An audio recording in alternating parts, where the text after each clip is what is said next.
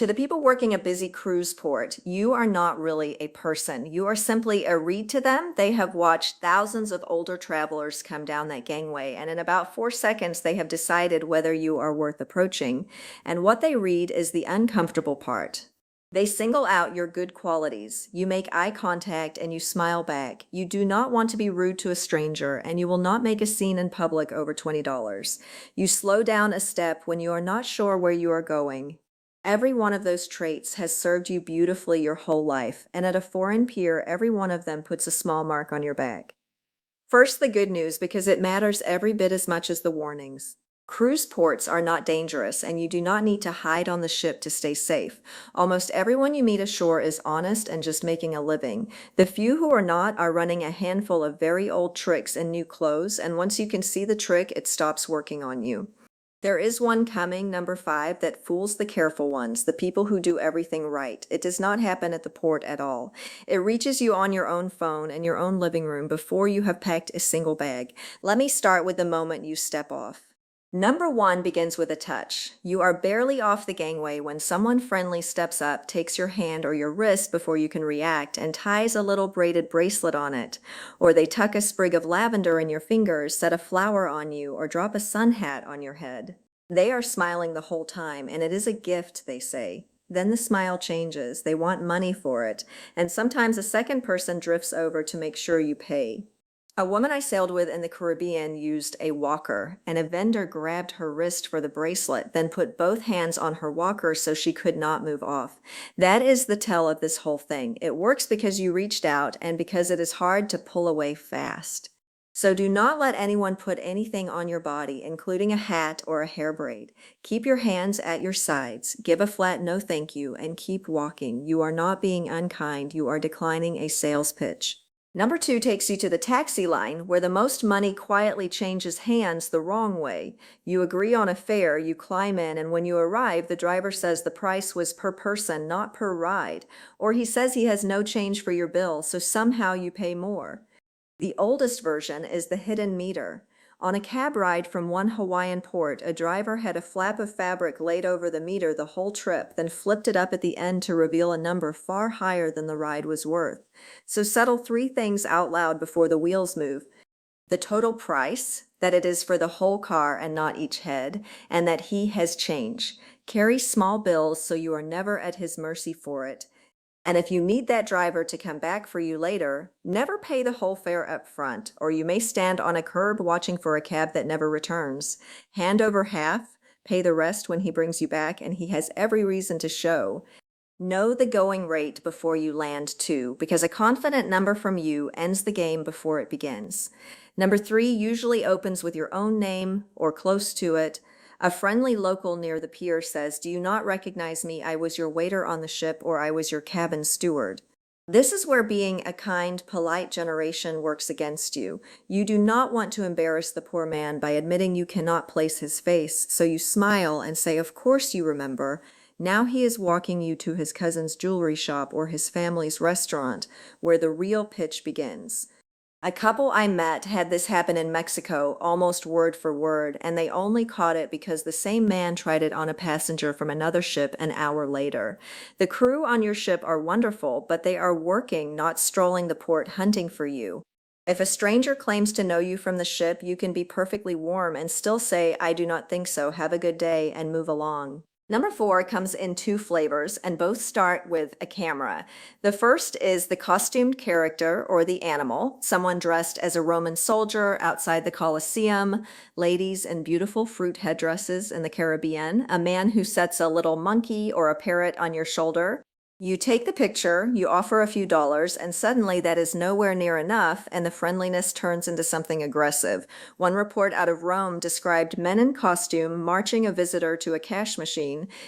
So agree the exact price before a single photo is taken, or just smile and keep moving. And I will say this plainly, do not let anyone put an animal on you for a picture.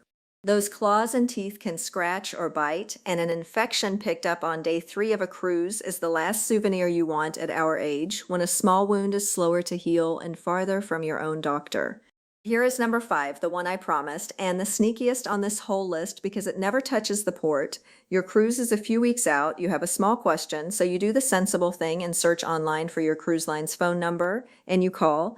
A polite representative answers, pulls up your booking, and tells you there is an outstanding charge that was never paid, a docking fee perhaps, or a fee to change your boarding time.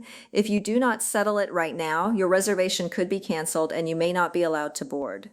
People have been told amounts in the hundreds of dollars, and because they did the responsible thing, because they called ahead instead of just showing up, they panic and read out their card number. None of it is real. There is no docking fee, and changing your boarding time is free. The scammers buy ads, so their fake number sits at the top of the search results, looking completely official. So get your cruise line's number from your actual booking confirmation or the back of your brochure, never from a search ad. The same con now arrives by text and email too, a polite note about a problem with your booking and a link to fix it, and that link is the whole trap, so never tap it. Open the line's own website yourself or check your booking confirmation and the imaginary problem disappears. And remember the rule plainly, your cruise line will never phone you or answer a call demanding a surprise fee on the spot to keep you from being denied boarding. If you have already given a card number to one of these, do not be embarrassed. Just call your real credit card company right away, tell them it was fraud, and ask them to stop the charge and reissue the card. They handle this every single day, and the sooner you call, the more they can do. Number 6 can cost you the most for the least effort. Right at the card machine, you buy something with your credit card, the clerk turns the terminal towards you, and the screen asks whether to charge in dollars or the local currency. That sounds like a courtesy, and it quietly costs you every time. Choosing dollars lets the shop set its own ugly exchange rate and pad the total, so always choose to be charged in the local currency. The worst version skips your eyes entirely. A man I got talking to bought a couple of shirts he was told came to a couple $100, did not want to seem untrusting by pulling out his phone to check the rate, signed, and got home to a bill close to triple what he thought he had agreed to. The same trick shows up on a restaurant bill that includes a drink or a dish you never ordered, so slow the moment right down, choose local currency, and read the total on the screen before you sign. Your eyes are not what they were at 20, and there is no shame in taking the extra few seconds to read the number. Better to hold up the line than to fund a stranger's week. Number 7, the bump, carries an extra danger nobody mentions for people our age. In a tight crowd, a packed market street, a jammed bus, someone bumps into you, you feel the contact, you steady yourself, you apologize on reflex, and in that second, a hand is in your bag or your back pocket. Sometimes there are two of them, one to jostle and one to lift, and some carry small scissors to cut a bag strap clean through. What matters more after 65 is this. A hard, deliberate shove can put you on the ground, and a fall in a foreign port far from your own hospital is a far bigger problem than a missing wallet. So keep your valuables zipped on the inside, never in a back pocket or an open tote, and spread them out so one grab never gets everything. In a real crush of people, plant your feet and let the crowd flow around you instead of getting swept along where you cannot watch your own hands. Number 8 looks like a simple accident, a spill down your shirt. Someone bumps you and a little coffee or ice cream lands on you. They are mortified, so sorry, and they start dabbing at the stain with a napkin to help. The dabbing is the whole cover, and the helpful hands are the hands going through your pockets. So no stranger cleans you up ever, no matter how apologetic they seem. If something lands on you, step back, hold your bag in front of you, and sort yourself out at the nearest bathroom or with someone you actually came with. The cruisers who never get caught by this one keep their cash in a money belt under the shirt, where dabbing hands find nothing at all. Number 9 happens inside the nice shop, not on the street, which is exactly why it fools careful people. You are buying something with a little value, a handbag, a watch, some jewelry. The owner is lovely and chatty, asks where you are from and how your cruise is going, and keeps you talking while a second person wraps your purchase behind the counter. You get back to the ship and find the bag in the box is a cheaper one, or the watch does not run. A well-known cruise host has told the story of buying a quality handbag in Turkey and discovering a switched, lesser bag once she was back on board, too late and too far to do anything. The close cousin is the free ring cleaning, where they polish your rings in the back and the stones that come back are not the stones that went in. Checking the box in front of the smiling owner feels rude, so most people do not do it anyway every single time. Those rings have been on your finger for 30 or 40 years, and there is no getting them back from a port you sailed away from at 5 o'clock. Number 10, a flat verdict for you. Nothing genuinely valuable is being sold to you on the street or the beach. That is not a real Rolex. That is not real gold. Those are not real Cuban cigars. And that blue tanzanite is colored glass. The trap is rarely the obvious fake from a blanket on the sidewalk, which you would never fall for. It is the charming gentleman who chats with you first, builds a little rapport, then lets you in on a special deal because he likes you, jewelry you could even resell back home at a profit. Out on the beach, he sells handcrafted sculptures, and back in town, every souvenir shop has the identical piece by the dozen. There is a nastier version where you so much as pick up an item and the vendor erupts, screaming that you damaged it and must pay now, even threatening the police. If that happens, call the bluff and say, yes, please, let us find the police together, and watch how fast the anger drains away. Buy something in a port because you love it and the price is fair to you, full stop. Number 11 catches you the day you rent something to get around the port. A golf cart, a scooter, a little car, or a mobility scooter, which plenty of us now rent to manage a long day ashore on our feet. You return it, and suddenly there is a scratch or a dent you are told you caused, and the charge is steep. It is easy money for them because they know you sail in a few hours and cannot stick around to fight it. A traveler I know got charged hundreds for supposed damage to a hire car he had left in a drop box, and it took months of arguing before the company backed down. So the moment you pick it up, walk all the way around it with your phone and take a slow video saying the date out loud and pointing at every existing scratch. Do the same when you bring it back. That 2-minute video is all the protection you need, and the people running this trick will often drop it the moment they see you filming. Number 12, the taxi tour deserves a fair word first, because a good one is one of the best days you can have ashore. Some of my finest port mornings have been a local driver showing me his island for an agreed price, stopping where I asked, telling me things no guidebook would. The scam version is the driver who agrees, then spends the whole day hauling you to his cousin's rug shop, his friend's jewelry store, a restaurant where he plainly gets a cut instead of the sights you actually came to see. Worse, he overhears that you wanted tickets to some sold-out attraction and says his friend can get them, and the tickets turn out to be fakes. So if you hire a driver for the day, write your stops down, hand him the list, and say plainly that you do not want shopping detours. Agree the price for the entire day before you set off, and never buy tickets to anything through a driver passing cash hand to hand, only from the real box office or the official website. Done right, a private driver beats a crowded bus tour and often costs less. Done wrong, it is a long day touring other people's gift shops. Number 13 feels gentle, which is exactly why you never see it coming. You step off into a pretty port and a friendly local points up and says, look, there is a sloth in that tree. Come, I will show you a better one. You follow, he points out the animal, and then he wants paying, and if you hesitate, the mood sours and you get hassled until you hand something over. Cruisers warn about this in Costa Rica in particular, where some lines now caution passengers about it before they even disembark. There is nothing wrong with tipping someone for a genuine guided moment you wanted. The trick is the surprise bill and the pressure that follows it. One firm no and a turn back toward the busier path ends it before it starts. Number 14 pulls hardest on exactly the kind of heart this audience tends to have. The beggar with a sick or sleeping child, the person suddenly in tears over a family emergency, the small child who tugs at your sleeve. Your instinct is to help, and that is a good instinct, one of the best parts of you. But two things are often going on underneath. Sometimes a watcher is using the moment to clock where you keep your money, so a pickpocket knows exactly where to reach a minute later.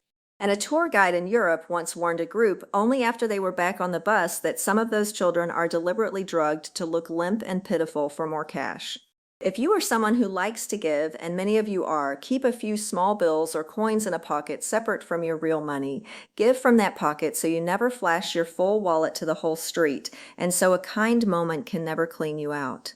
Now notice the turn this list takes, because the cleverest scams left never lay a finger on you.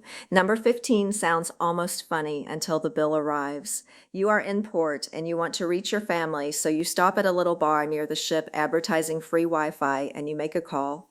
The next month, your phone bill has a charge on it well over $100 because you were close enough to the ship that your phone quietly latched onto the ship's network instead of the free one at sea pricing while you stood on dry land. You can be standing on a sidewalk and still get billed mid-ocean rates because the ship is parked right behind you. So when you want real Wi-Fi ashore, walk a few minutes away from your ship first, far enough that it is no longer the strongest signal, and then connect. Keep your phone on airplane mode with only Wi-Fi switched on so it cannot grab the ship by accident while it sits in your pocket. Number 16 moves the whole con online, where the cleverest scammers never have to touch you at all. It is the cousin of that phone call back at number 5. As travel rules change, more places want a document before you arrive, like the new electronic permission now required for the United Kingdom. Scammers build official-looking sites for these, then pay to put them at the very top of your search results with the little word "sponsored" on them, and people have been swindled out of real money for documents that never arrive. The same goes for fake cruise line pages and fake travel agents who will only take payment by a cash app and never a credit card. So get any government travel document only from the real government website, the official one for that country, never from an ad. Book your cruise through the line itself or a travel agent you have actually checked out, and once you have booked, hold onto your booking number so you can confirm on the line's own site that it is real. If anyone refuses a credit card and insists on a cash app, that refusal is the scam introducing itself because a card gives you the power to claw the money back, and they know it. Number 17 targets the travelers on this list who sail alone, and I want to be tender about it because it preys on something real and human. On cruise pages and travel groups online, a warm stranger strikes up a conversation. A few messages in, they happen to mention they are widowed too, or sailing solo, and would you like to be friends? It can be slow and patient and flattering, a steady stream of attention and compliments, and the people running it are remarkably good at it. They will often try to move you off the public group and into private messages, and weeks later, gently, there is a hardship and a request for money, or help with a wire, or a small loan they will pay right back. The same groups carry smaller versions, like someone reselling cruise add-ons or little onboard gifts because they say they can no longer sail, asking you to send a shipping fee through a cash app that simply disappears. A real cruise line does not let a stranger resell your cruise to you, and a genuine new friend never needs your card number or a wire. There is no shame in being lonely or in wanting company, and no shame in being targeted for it. Just keep money and personal details out of private messages with anyone you have never actually met in person. Number 18 surprises most first-timers because nobody warns them about it. On boarding day, many ships leave your key card in a little envelope right outside your cabin door in an open hallway before you ever arrive. Almost always it is sitting there waiting, perfectly fine.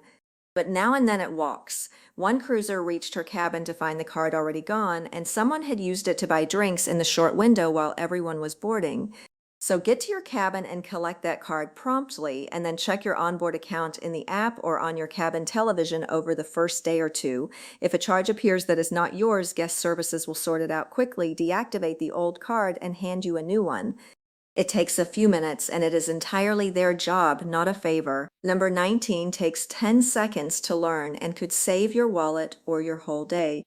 Do not accept a free drink from a stranger or a vendor in port, and be careful where you buy your bottled water. On more than one ship, the crew has warned passengers outright not to drink anything handed to them free ashore because a small number of people use a laced drink to make a target woozy and easy to rob. In some places, empty water bottles get refilled from the tap, the cap warmed so the seal looks untouched, then sold to tourists. So buy your water sealed from a real shop, crack the seal yourself, and let a stranger's free drink stay in the stranger's hand. The same caution goes for cheap vanilla or spirits sold off a side street, where what is in the bottle may not match the label. If you want to bring some home, buy it factory sealed from a shop inside the port gates, not from a folding table down a back road. Number 20 closes right where so much of this started, with a smile and your own phone. You are lining up a photo, and a friendly person offers to take it for you and reaches out for the phone. The Good Samaritan is usually exactly that, a kind soul who wants you in the picture too. But some will take an unlocked phone and simply walk, fast. And now your photos, your messages, your banking, all of it is gone with them. A related trick is a stranger who accuses you of photographing them, then demands you unlock your phone to prove you did not. The fix is small and easy. If you want a picture taken, ask another couple off your own ship rather than someone who approached you, and you do not need to unlock the phone to do it. On most phones, the camera opens straight from the lock screen, so there is never a reason to hand a stranger the keys to your entire life. So look back over that list and notice what nearly all of it shares. None of these tricks overpowers you. Every single one needs you to be a little too polite, a little too slow to say no, a little too worried about seeming rude or untrusting. That is the read they are making, and it is the one thing you can change for free. A firm no, an eye on your bag, small bills in a separate pocket, and walking like you know exactly where you are going. That is the whole defense, and none of it costs a penny. And please do not let any of this scare you back onto the ship, because that is the wrong lesson, and I watch too many seasoned travelers take it. The ports are the reason you cruise in the first place. The markets, the harbors, the little restaurant a local actually loves, the morning you will still be telling people about years from now. The honest people ashore vastly outnumber the few running these games, and the few are easy to handle once you can see them coming. You are not a target anymore. You are a traveler who knows the tricks, and that is a completely different way to walk down a gangway. So tell me in the comments which port scam you have run into out there, or the one that almost got you.